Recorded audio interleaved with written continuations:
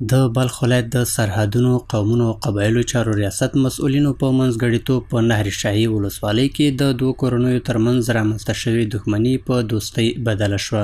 د دغه ریاست رئیس د دې ترڅنګ چې د خلکو ترمنځ ورورولي او یووالی رامنځته کول یې یو غوره اقدام وباله، زیاته کړه چې د یادې ولسوالۍ په شهرک افغانیه کلي کې د دوو کورنیو ترمنځ رامنځته شوې دښمنۍ ته د پای ټکی کېښود.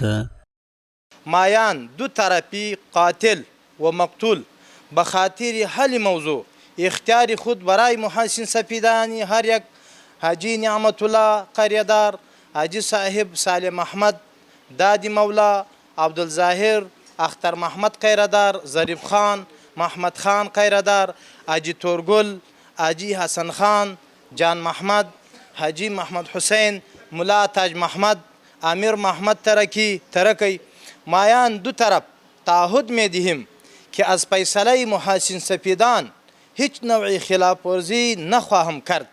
در صورت مخالفت ملامت می باشیم.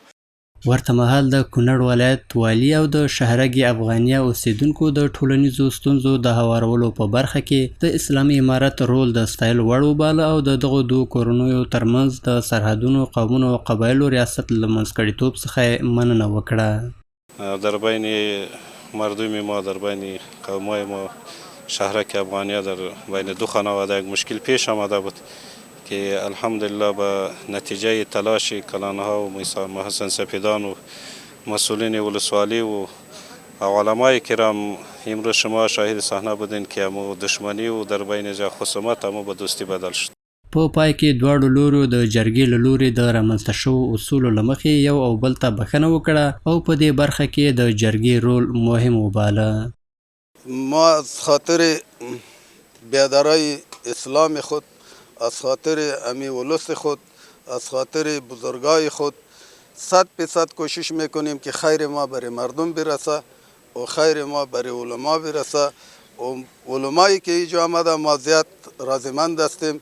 دا فیصله چې کوم فیصله سره په دې باندې ډېر خوشاله یم او موږ د دې طرفه وکیلان وو، موږ ډېر ته خوشحاله یو. الله چې چا قدمونه اخیسته الله دا ټول خوشحاله دي. ما خوش هستیم دیگه. صلح از خداوند گفته که و صلح و خیر. این دو برادران ما بینش مشکل داشته، اینا که جور شده ما مردم کلگی خوش هستیم. د یادولو وړ ده چې تیر کال د مسافر او جلات خان کورنیو ترمنځ په ځینو قومي مسایلو شخړه رامنځته شوې وه چې د یو تن د مرګ لامل وګرځېده چې بالاخره نن یې یو بل ته بښنه وکړه او پخلا شول.